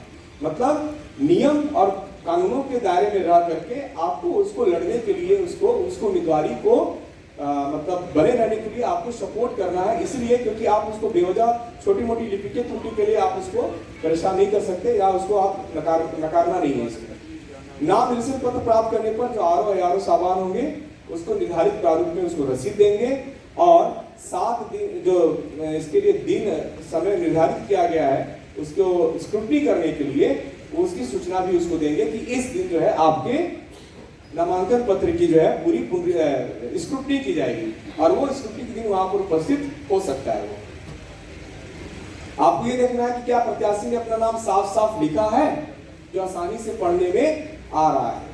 जैसे बहुत सारे लोग लिखते हैं और पढ़ाता कुछ और है, तो जब भी वो फॉर्म आपको दें उस समय आप जरूर पढ़ लें कि इसने लिखा वही है जो आप पढ़ पा रहे हो। ऐसा नहीं कि आप कुछ और पढ़ रहे हो और उसका नाम कुछ और हो, ठीक है। क्योंकि आप जब सूची तैयार करेंगे तो ऐसे कंडीशन में जो है ना सूची गलत तैयार हो सकती है। जैसे एग्जाम्पल के तौर पर जैसे मैंने आपको बताया कि अभी आएंगे इस पे कि जो लिस्ट बनती है वो हिंदी वर्णमाला के अक्षरों के क्रम के आधार पर बनती है। तो अगर उसने लिखा कुछ और है और आप पढ़ कुछ और रहे हैं तो उसका जो क्रम होगा वो गड़बड़ होगा और वो जो क्रम गड़बड़ होगा तो उसके आधार पर फिर जो उसको आवंटित चुनाव चिन्ह जो होगी वो फिर गड़बड़ हो जाएगी। तो फिर पूरी की पूरी प्रक्रिया ही जो है फिर आपकी वो दोषपूर्ण हो जाएगी। इसलिए ऐसे कंडीशन में आपको ध्यान देना चाहिए। ये नाम निर्देशन प्राप्त करने की प्रारूप है जिसमें कि निर्देशन पत्र क्रम संख्या लिखी जाएगी, उस उम्मीदवार का नाम होगा, उसके पिता पति का नाम होगा, उसकी आयु होगी, पता होगा, वह किस आरक्षित श्रेणी में है उसका विवरण दिया जाएगा। इसमें मतदाता सूची में क्या क्रमांक है वो होगा, प्रस्तावक कौन है, प्रस्तावक का मतदाता सूची में क्या क्रमांक है और उम्मीदवार की शैक्षिक योग्यता ये उसमें पूरी तरह से भरी जाएगी। नामांकन पत्रों का जब स्क्रूटनी करेंगे तो स्क्रूटनी जिस दिन करना है आपको उसमें आपको क्या क्या ध्यान रख सकता है। उस दिन जो है निर्वाचन अधिकारी और उसके द्वारा प्राधिकृत अधिकारी कर्मचारी के अतिरिक्त कौन कौन सा व्यक्ति उपस्थित रह सकता है, प्रत्याशी और उसका प्रस्तावक वहां पर उपस्थित रह सकता है, या प्रत्याशी का इलेक्शन एजेंट या वो वहां पर हो सकता है, या प्रत्याशी ने किसी व्यक्ति को प्राधिकृत किया हो किसी वोटर को कि आप हमारे जगह वहां चले जाइएगा। किसी प्रत्याशी या उसकी ओर से एक से अधिक अगर नाम निर्देशन प्रस्तुत किए जाए तो उनको एक साथ रखा जाएगा और उसमें से सबकी समीक्षा की जाएगी। उसमें से कोई एक भी ठीक ठाक होगा मतलब संपूर्ण होगा तो उसके आधार पर उसकी उम्मीदवारी को मान लिया जाएगा, उसका नामांकन निरस्त नहीं किया जाएगा। ये ध्यान दीजिएगा इस चीज को। प्रत्याशी को जो अपने से संबंधित पद के लिए हो अपेक्षा करने पर नाम निर्देशन पत्रों के अवलोकन की समुचित सुविधा दी जा सकती है। निम्नलिखित आधारों पर निर्देशन पत्र को अस्वीकृत किया जा सकता है। अब कैंसिल कैसे करना है, तो इसमें आपकी पुस्तिका में बहुत अच्छे से इन चीजों का उदाहरण किया गया है कि अगर अधिनियम के कोई भी प्रावधान को अगर फॉलो नहीं करता हो, जैसे अधिनियम में कहा गया है कि क्या क्या संलग्नक लगेंगे, जाति प्रमाण पत्र लगेगा, वो सारे प्रारूप होंगे, एफिडेविट होगा, अगर वो सब सारी चीजें ना हो तो आप उसको जो है कैंसिल किए जा सकते हैं।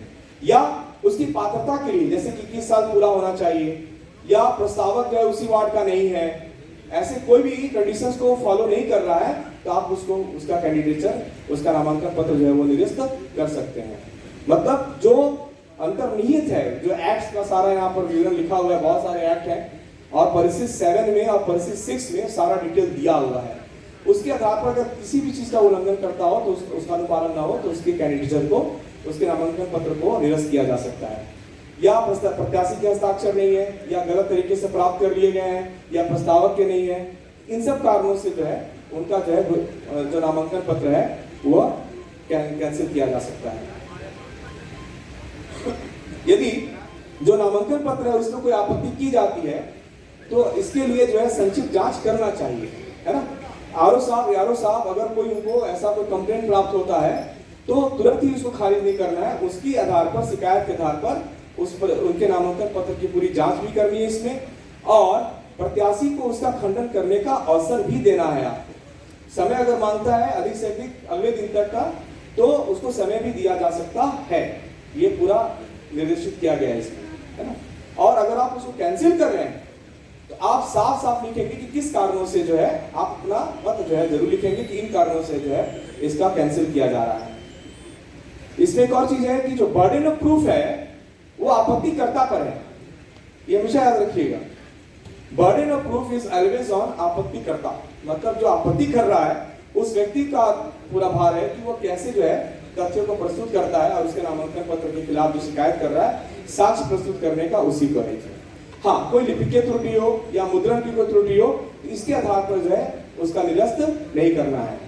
इस आधार पर कदापि अस्वीकार न किया जाए कि समीक्षा के समय, स्क्रूटनी के समय उम्मीदवार उपस्थित नहीं था। इस आधार पर वो उम्मीदवार का उपस्थित होना वो एक वैकल्पिक है, मतलब वो हो भी सकता है, नहीं भी हो सकता है। अगर वो नहीं है तो इसके आधार पर आप उसका जो उसका नामांकन पत्र है उसको कैंसिल नहीं करेंगे। आपत्तियों के निस्तारण के पश्चात प्रत्येक नाम निर्देशन पत्र पर उसे स्वीकार करने या अस्वीकार करने संबंधी जो आप अपना मत लिखते हैं, यदि नाम निर्देशन पत्र अस्वीकार करने का निर्णय ले ही गया हो तो उसके कारणों का संक्षिप्त विवरण भी लिखना है। यदि किसी प्रत्याशी ने अधिक नाम निर्देशन पत्र प्रस्तुत किए हो और कोई एक भी अगर स्वीकार करने लायक हो तो उसको स्वीकार माना जाएगा, उसको रिजेक्ट नहीं करना है। इसमें अगर आपने स्क्रूटनी कर लिया है या स्वीकार या अस्वीकार कर लेने के बाद जो है उसकी पूरी सूची तैयार करेंगे कि कौन कौन से ऐसे व्यक्ति हैं जिनके निर्वाचन लड़ने की जो है पूरी सूची जो है वो परिशिष्ट 8 में जो है वो स्वीकार आप उसको लिखेंगे और उन उम्मीदवारों का नाम हिंदी वर्णमाला के वर्णाक्रम वर्ण के हिसाब से आप उसको लिखेंगे परिशिष्ट 8 पर। कोई व्यक्ति, अभी देख लेते हैं ग्राम पंचायत सदस्य के लिए क्या अपात्रता क्या है ना। कौन से ऐसे व्यक्ति हैं जो ग्राम पंचायत सदस्य के लिए अपात्र होंगे। अनर्हता क्या है, अर्हता नहीं अनर्हता। तो कोई व्यक्ति किसी ग्राम पंचायत का प्रधान या सदस्य चुने जाने के लिए और होने के लिए अपात्र होगा, अनर्ह होगा यदि ये पहले भी आ चुका है कि वो राज्य विधानमंडल के किसी का भी हो सदस्य हो या ये प्रतिबंध रखना हो कि सदार्थी वो उसका आयु है वो 21 साल से वो कम हो। अगर 21 साल से कम है तो वो व्यक्ति अपात्र होगा। या वो किसी भी ग्राम पंचायत का न्याय पंचायत का वैतनिक सेवक हो तो वह व्यक्ति भी अपात्र होगा। आपने पहले ही बता दिया आपको, ग्राम रोजगार सेवक, सफाई कर्मी, शिक्षा मित्र हो गए, आंगनबाड़ी हो गए, ये सारे व्यक्ति क्या होंगे, अपात्र होंगे। लेकिन होम गार्ड्स पर कोई प्रतिबंध नहीं है। इसी तरह से अगर वो किसी राज्य सरकार या केंद्र सरकार का, है ना, किसी स्थानीय प्राधिकारी का, किसी बोर्ड, निकाय, निगम का कोई लाभ का पद धारण किया हुआ हो तो वह व्यक्ति अपात्र होगा। या उसने कभी राज्य सरकार में, केंद्र सरकार में कभी ऐसा हुआ किसी मिसबिहेव के कारण, दुराचरण के कारण उसको जो है पदच्युत कर दिया गया हो, तभी वो पात्र नहीं होगा।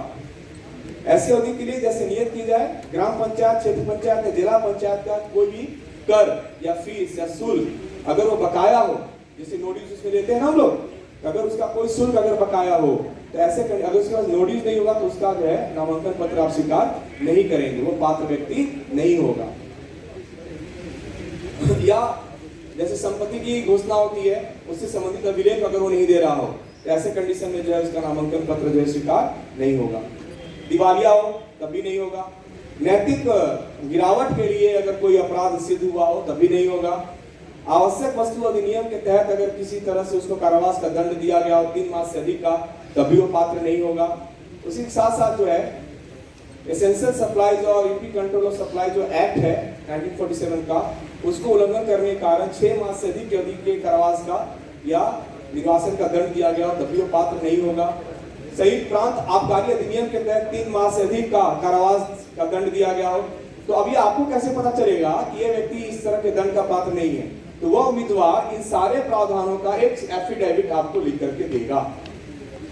वो लिख करके स्वघोषित करेगा कि मैं ये मेरे साथ ऐसा ऐसा कंडीशन है, ये सारे उदाहरण जो मैं आपके सामने प्रस्तुत कर रहा हूँ उस एफिडेविट में वो ऑलरेडी लिखा हुआ है। तो वह व्यक्ति बताएगा, वो स्वघोषित करेगा, उसकी एफिडेविट देगा, और अगर उसकी एफिडेविट गलत होगी तो आपको पता है कि उसके लिए सारे प्रावधान किए गए हैं। इसी तरह से और भी प्रावधान है इसमें, है ना। इसमें एक चीज ये है कि अगर न्यूनतम इसमें कोई ऐसी व्यवस्था की गई हो जिसे किसी विशेष कानून में आदेश दिया गया हो और व्यक्ति न की गई हो, तो ऐसे कंडीशन में भी जो है अगर उसको पद से हटाया गया हो तो उस व्यक्ति को भी जो है वो पात्र नहीं होगा। क्षेत्र पंचायत सदस्य के लिए भी क्या अपात्रता क्या है, इसको थोड़ा ध्यान से देखिए। किसी भी कानून के हिसाब से किसी विधि के द्वारा किसी कानून के अंतर्गत जो है अगर वो अपात्र करार दिया गया हो, और यहाँ भी ये बात है कि उसकी आयु अगर 21 साल से कम हो, तो ऐसे कंडीशन में वो अपात्र होगा। जो कंडीशन वहां थी वही कंडीशन यहाँ भी है लगभग, कि वह किसी न्याय पंचायत के अंदर, किसी ग्राम पंचायत के अंदर कोई लाभ का पद, कोई वेतन भोगी जो है कर्मचारी अधिकारी वह नहीं हो सकता है। या अगर उसने कहीं किसी दुराचार करने में किसी सहकारी समिति की सेवा से अगर वो पदच्युत किया गया हो तब भी वो अपात्र होगा। अगर कोई अभिलेख या संपत्ति का ब्यौरा नहीं दे पा रहा हो, है ना, या इस कारण से जो है वो कभी विफल रहा हो, दिवालिया हो, उसको किसी नैतिक गिरावट के लिए जो है दोषित किया गया हो, या जो वस्तु अधिनियम में जो कंडीशन वहां थे वही कंडीशन यहाँ भी है, इन सारे कंडीशन में अगर वो सजा याफ्ता है, जैसे अलग अलग एक्ट के हिसाब से किसी में 3 मास से अधिक की सजा पाया हो, किसी में 6 मास से अधिक की सजा पाया हो, ऐसे कंडीशन में वो अपात्र होगा। ठीक है, सारे वही हैं जो कि ग्राम पंचायत के लिए थे, और वही सिर्फ जिला पंचायत के लिए भी वही लागू होते हैं जो कि उन सीओ के लिए लागू होते हैं। अब जब सारे उम्मीदवार अपना नामांकन पत्र जमा करते हैं तो उसमें किसी का नामांकन पत्र निरस्त किया जाता है, या बहुत लोगों का क्या होता है कि वो अपना नाम वापस लेते हैं। तो उसके बाद जो है प्रपत्र 10 पर विद्यमान नाम निर्देशित उम्मीदवारों की सूची जो है निर्वाचन लड़ने वाले उम्मीदवारों की सूची तैयार की जाती है। लेकिन वैसे उम्मीदवारों की सूची जिनका सब डॉक्यूमेंट सही पाया गया उसकी सूची बनेगी प्रपत्र 10 पर।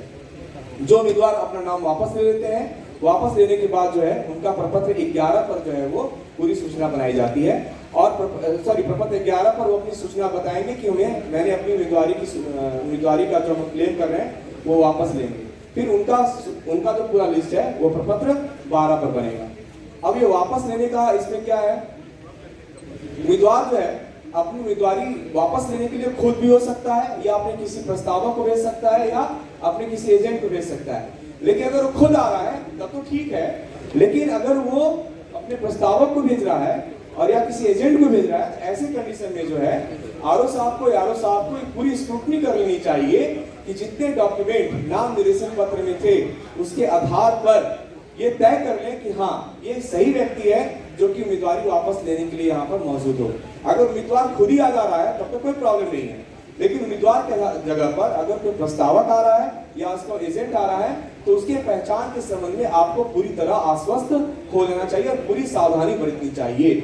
और जब वो अपना वापस ले देता है तो उसको जो रसीद जो है जब वापस लेने के लिए आता है तो उसको जो रसीद दी गई जाती है, जब वो अपना नामांकन पत्र जमा कराता है तो आप रसीद देते हैं उसको। तो जब तक वो रसीद ना हो तब तक आप उसका नाम वापस लेने का जो कार्रवाई जो है आप नहीं करेंगे। जब नाम वापस ले लिया तो आप ऐसे व्यक्तियों की सूची जो है निर्धारित प्रारूप पर जो है प्रदर्शित की जाएगी। ठीक है, और परिशिष्ट 11 में उससे पूरा डिटेल दिया जाएगा। परिशिष्ट 12 में जो है उनकी सूचना दी जाएगी कि ऐसे कौन से उम्मीदवार थे जिन्होंने नाम वापस लिया।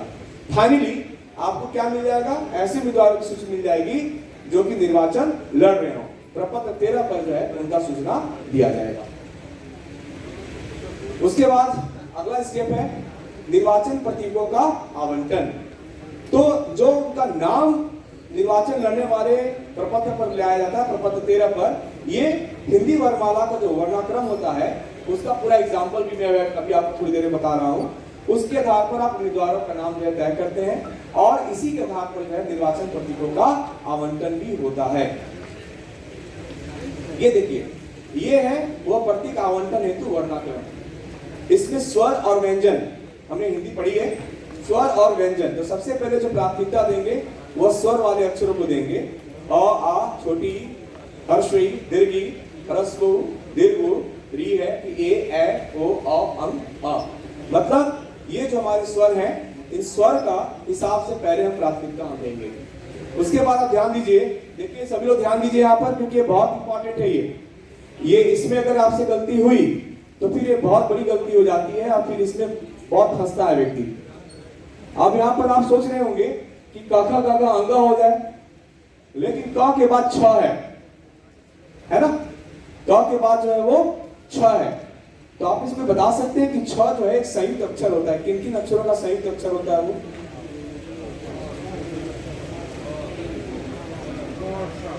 देखिए क के बाद छ लिखा हुआ है ना, छ, त्र और ज्ञा, है ना। छ, त्र और ज्ञा जो है संयुक्त अक्षर होते हैं। तो क और छ, जब भी हम छ लिखते हैं तो के एस एच लिखते हैं हिंदी में, तो कह सकते हैं क और तालव्य श का वो छ हो जाता है। तो क और तालव्य श का अगर छ हो रहा है, अगर मैं सही हूं तो, इसमें कोई हिंदी के ज्यादा जानकार हो तो मुझे सही कर सकते हैं वो। तो क जो है वो पहले आ रहा है, तो क जब क लिख रहे हैं तो सिर्फ क आ रहा है, लेकिन छ में क्योंकि क पहले आ रहा है इसलिए क के बाद वो छ आएगा। यानी किसी का नाम जो है, सपोज क से नाम कमल है और किसी का नाम, हमारे यहाँ पर एक साहब होंगे क्षितिज पांडे जी, उनका नाम छ से है। तो छ से किसी का नाम हो, है ना, अगर मैं मान लीजिए कोई महिला का नाम ले लूं, किसी का नाम अगर कविता है और किसी का नाम क्षमा है, तो कविता पहले आएंगी और क्षमा उसके जस्ट बाद में आएंगी, है ना। तो छ जो है वो क और तालव्य श का संयुक्त अक्षर होता है, इसलिए क के बाद छ अक्षर को आएगा। इसलिए आप ये ना सोचिए क्या, वो तुमको पता है क किसको नहीं आता, उसी के हिसाब से तैयार कर लेंगे। नहीं, ध्यान ये देना है कि ये जो सामने प्रदर्शित हो रहा है इसके हिसाब से आपने वर्णाक्रम आपने इस वर्ण के हिसाब से आपने किया है कि नहीं। उसी तरह से आप देखिए, कोई विचलन बताइए आप लोग इसमें से, देखिए कहां पर विचलन आ रहा है। च, छ, ज, छ के पहले ग आ जा रहा है। क्या आ रहा है? ग। अगर किसी का नाम ज्ञान है तो इसका इंग्लिश में आप कैसे लिखेंगे? ज्ञ शब्द भी जो है वो संयुक्त अक्षर होता है ना। और अगर मान लीजिए किसी का नाम ज्ञानेश है, किसी का नाम ज्ञानेश है यहाँ पर, या ज्ञ से शुरू है किसी का नाम, किसी का नाम यहाँ ज्ञ से शुरू है, किसी का नाम नहीं है।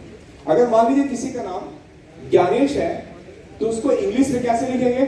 तो ज्ञ जो होता है ज और न का संयुक्त अक्षर होता है, तो उसको लिखेंगे JNANESH, जनानेश।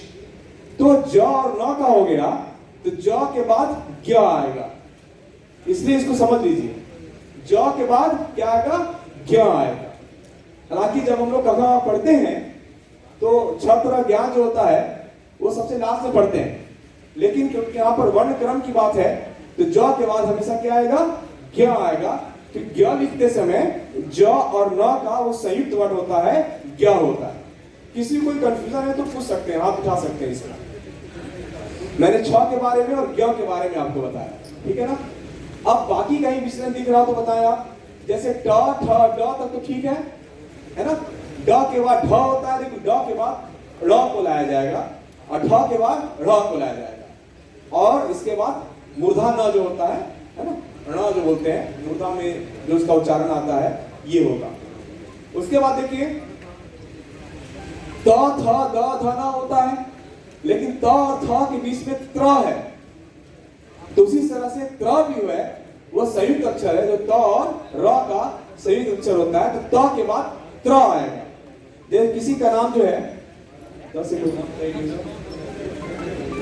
किसी का नाम तरुण है और किसी का नाम त्रिवेंद्र है ना, या और भी कुछ मान लीजिए, तो त पहले आएगा और त्रिवेंद्र जो होगा वो बाद में आएगा, है ना, ये चीज है। त्र्यंबक, हाँ, थ न के बीच में द आ रहा है, ध्यान देखिए क्या आ रहा है, द शब्द जो है द और य का संयुक्त अक्षर होता है। क्लियर है सबको? द के बाद द आएगा, है ना। जैसे कोई शब्द है तो बताएं आप लोग, दया से शुरू होने कोई नाम है आपके दिमाग में?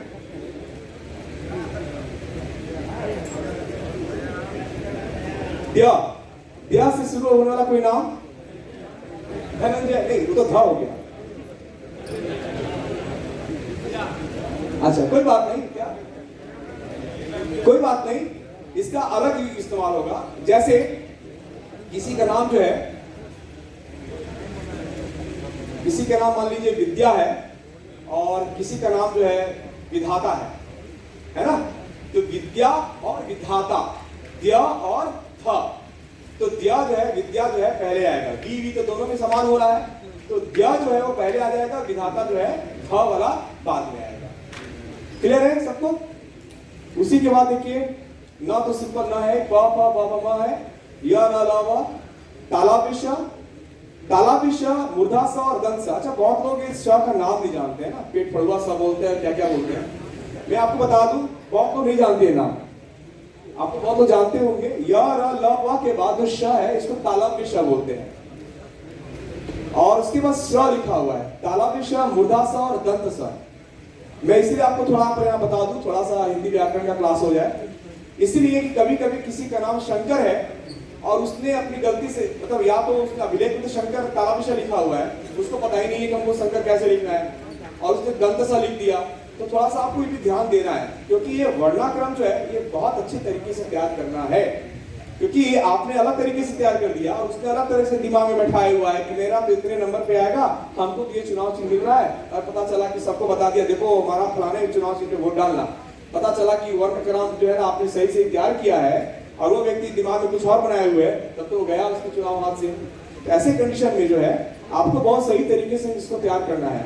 तालाबिश जो होता है, जब भी हम बोलते हैं शंकर, तो श जो बोलते हैं तो तालु जो होता है, जो ताला भी होता है, जीव होता है, ये दांतों के बीच में ऊपर सटता ही, दांतों के ऊपर में जो ये ताला भी होता है बीच में सटता ही। जब दंत सा बोलते हैं तो जीव और दांत दोनों जो है बीच में आ जाता है, इसलिए इसको दंत सा बोलते हैं।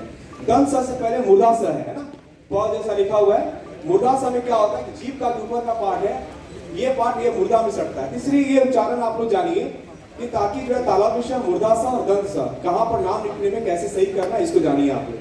तालाबिश और मूर्धा सा के बीच में श्र है, तो श्र जो होता है, जैसे किसी का नाम है शंकर और किसी का नाम है श्रवण, है ना, तो शंकर जो है वो तालाबिश से होगा और श्रवण जो है श का और र का जो है वो संयुक्त अक्षर है। ऐसे कंडीशन में जो है आपको पूरा ध्यान देना चाहिए कि हमें जो है वर्ण का क्रम जो है वो हमें कैसे तैयार करना है। इसमें बाकी चीजें कॉमन है, एक बार आप लोग फिर से देख लीजिए, क्योंकि ये बहुत इंपॉर्टेंट है। लंच पैकेट का सेवन भी इंपॉर्टेंट है और ये बहुत इंपॉर्टेंट है, इसमें कोई कंफ्यूजन नहीं होना चाहिए। विचरण कहाँ आ रहा है? देखिए, जो स्वर है, ठीक है, जो स्वर है तो क्लियर है, उसमें कोई डेविएशन नहीं है, तो पहले स्वर की प्राथमिकता होगी, उसके बाद जो व्यंजन लिखे गए हैं और संयुक्त अक्षर लिखे गए हैं उसमें कहाँ गड़बड़ है। देखिए, क और ख के बीच में छ आ रहा है, उसके बाद ज और झ के बीच में ग आ रहा है, फिर ड और ढ के बीच में मतलब ड़ आ रहा है, ढ और मूर्धा के बीच में ढ़ आ रहा है, त और थ के बीच में त्र आ रहा है, द और ध के बीच में त्य आ रहा है, ठीक है, और उसके बाद श और मूर्धा श के बीच में श्र आ रहा है। ये 4-5 चीजें हैं जो कि आपके डेविएशन है, इसको दिमाग में रखना है और इसकी एक प्रिंट आउट आप ले लीजिएगा, सारे पीपीटी तो मिलेंगे ही, और वर्ण क्रम को निकालते समय ये सामने एकदम क्लियर करके ही रखिएगा उसमें। अब आइए कुछ एग्जांपल देखते हैं। यदि किसी विद्वान का नाम राजकुमार है और उसने शॉर्ट में आर कुमार लिखा है, तो उसके वर्ड का क्रम जो है कुमार नाम से शुरू होगा, है ना, आर नाम से शुरू होगा। वो दिमाग लगाएगा कि आर कुमार लिखेंगे तो और में तो पहला अंक मिल जाएगा, लेकिन ऐसा नहीं है। नियम ये कहता है कि वर्ण क्रम को देखते समय कुमार शब्द का क अक्षर जो होगा वह ध्यान में लाया जाएगा। उसी तरह से कमल कुमार शर्मा है और लिखता है क कु शर्मा, तो ऐसे में क के बजाय शर्मा शब्द होगा वो प्रथम अक्षर निर्धारित किया जाएगा। ध्यान से देख लीजिए इसको, इसमें कोई कंफ्यूजन मत रखिएगा कि अगर कोई शॉर्ट में नाम लिखता है तो ऐसे कंडीशन में आप अपने से नहीं मान लेंगे कि अरे उसका नाम तो राजकुमार था, उसने आर कुमार लिख दिया तो हम तो रॉ के हिसाब से चलेंगे। अगर वो उम्मीदवार राजकुमार नहीं आर कुमार लिखता है तब आप क के हिसाब से चलेंगे। कोई कंफ्यूजन? ये अपने से पूर्वाग्रह से नहीं मान लेना है अरे आर कुमार तो लिखा है लेकिन राम तो राजकुमार है, रॉ के हिसाब से किया जाए। साफ साफ निर्देश में लिखा है कि आर कुमार लिखा है तो आप क के हिसाब से चलेंगे।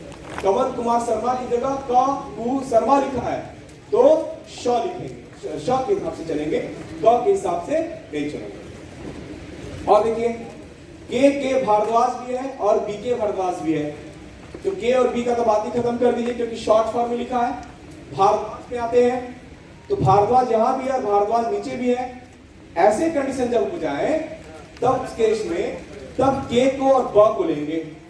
जब भारद्वाज भारद्वाज समान हो गया तब पहले लेटर पे आएंगे क और ब, तो क क्या होगा पहले आएगा, तो क के भारद्वाज पहले आएंगे और बी के भारद्वाज जो होंगे वो बाद में आएंगे। इसमें कोई कंफ्यूजन? ये ऐसा तब करेंगे जब दोनों का टाइटल सेम हो। ठीक है, चलिए विद्याधर और विज्ञान में पहले क्या आएगा? विज्ञान आएगा, क्योंकि दिया और ज्ञ थोड़ा देख लें। हाँ, दिया और ज्ञ देखिए ध्यान से आप लोग, दिया से पहले ज्ञ आ रहा है ना, दिया से पहले ज्ञ आ रहा है, इसलिए विज्ञान पहले होगा और विद्याधर बाद में आएगा। उसके बाद शत्रु अंजय तथा शत्रुघ्न है ना, तो इसमें इया भी है और घ भी है, तो इया वर्ण तथा घ वर्ण है, घ वर्ण पहले आएगा और यह वर्ण बाद में आएगा, इसलिए शत्रुघ्न पहले होगा, उसके बाद शत्रु अंजय नाम होगा, है ना। इससे आप ये भी तात्पर्य लगा सकते हैं कि पहले के अक्षर अगर समान हो तो हमको पहले के बाद दूसरा, दूसरा के बाद तीसरा अक्षर को देखना है। ठीक है, अगर कोई व्यक्ति अपने नाम के आगे डॉक्टर लगाता है, वैद्य लगाता है, आचार्य लगाता है, पंडित लगाता है, इन नामों को आपको कंसिडर नहीं करना है, एकदम सिरे से इसको नकार देना है। कि किसी का नाम अगर है कुंवर राजकुमार सिंह तो कुंवर शब्द नहीं राजकुमार के नाम से वह वर्ण क्रम जारी किया जा रहा है। कोई लिखता है आचार्य महेंद्र कुमार तो आचार्य शब्द को हटा देना है, मां के शब्द से चलना है।